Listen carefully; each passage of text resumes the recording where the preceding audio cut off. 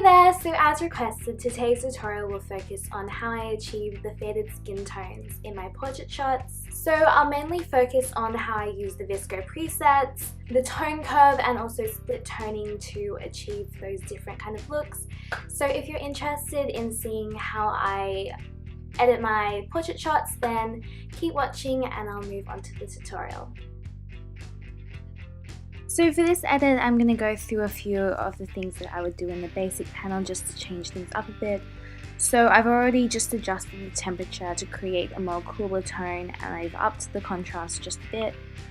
What I'm going to do is I'm going to bring the highlights down so I get more of that background, and then I'm also going to boost the shadows up just so I can brighten her face up a bit. And I'm also going to boost the clarity just a tad, just to create a more sharper image. Then I'm going to look into the tone curve.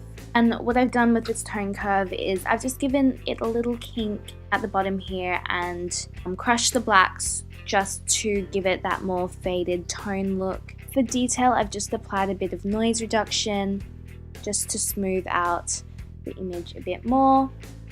So apart from that, I've just created a very clean look pretty much just by using the basic panel and a bit of the tone curve to create cooler, more street tone vibe that I would use for, say, an urban pic.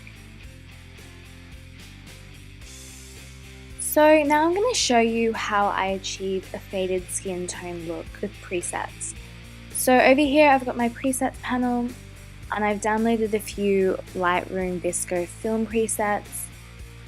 Some of my favorites that I like to use are the F Fuji series, and I'm just going to click through a few of them to show you what I mean by how it transforms your image to create that more vintage film vibe. I'm going to select this one right here, and I'm just going to come down and look at what they've changed and then fiddle around with the preset myself so I can tweak it to how I like. Might up the exposure just a bit. I'm going to bring the shadows up a teeny bit. I'm probably going to leave the tone curve how it is. I'm going to come down to color. Especially with the greens, I'm just going to bring the saturation down. I want it to be not as saturated. A bit more. So as you can see, that's just made it into a more vintage tone. And for this picture, I'm going to cover how I used tone curve and split toning to create some more tones and color changes in this photo. So with my basic panel, I haven't really done too much. I've just exposed it a bit more, reduced the highlights, and bumped up the contrast and clarity. So I've crushed the blacks just to create that faded look. Now I'm going to focus on split toning right here. So what's amazing about split toning is this can really alter the mood of your photo. So you can pretty much choose what highlights you want the photo to be. Often I like to do contrasting colors, so if I'm going for a warm tone for highlights, I'll come down to the shadows and I'll often choose something cooler. So I might go for a blue or a bit of an indigo. And what's great about this is you can change the saturation around. So say you want it to be a lot more blue toned, you boost the saturation, and as you can see, that's created a more darker and moodier photo.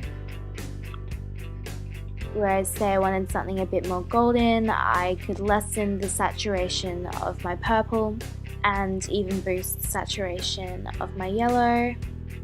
There's also the option of changing the balance. So the more I move my pointer towards the right, the more focused it's going to be on the highlights, and if I move it towards the left, it's going to be more focused on the shadows. So I often tend to just keep that in the middle, and I don't really tend to over saturate my photo with certain colors unless I really wanted to tone my photo. So there we go guys, that's generally how I edit my portrait shots.